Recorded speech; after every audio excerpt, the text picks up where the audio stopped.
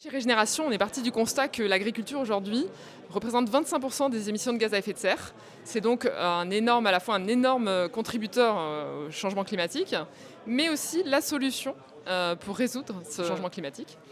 Et donc notre solution, c'est d'accompagner les agriculteurs dans leur transition vers l'agriculture régénératrice, qui sont des pratiques bien plus respectueuses des sols, de la biodiversité, etc., en leur apportant un accompagnement agronomique avec des ingénieurs agronomes qui vont les suivre pendant 10 ans sur une transition qui prend du temps, mais également en leur apportant un financement, parce que cette transition, elle coûte aussi de l'argent, parce que pendant un certain temps, il y a une déperdition de productivité qu'il faut compenser. Voilà. Et donc ce financement, il est généré par du crédit de contribution climatique. C'est une sorte de crédit carbone, mais amélioré, puisqu'il a d'autres externalités positives comme la biodiversité et le cycle de l'eau.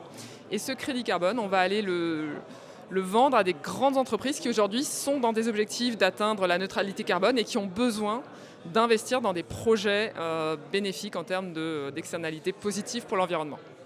Alors, on a candidaté à Innovaday parce qu'on savait que c'était vraiment une très grosse concentration de fonds d'investissement et d'interlocuteurs de qualité qu'on pouvait rencontrer en une seule journée.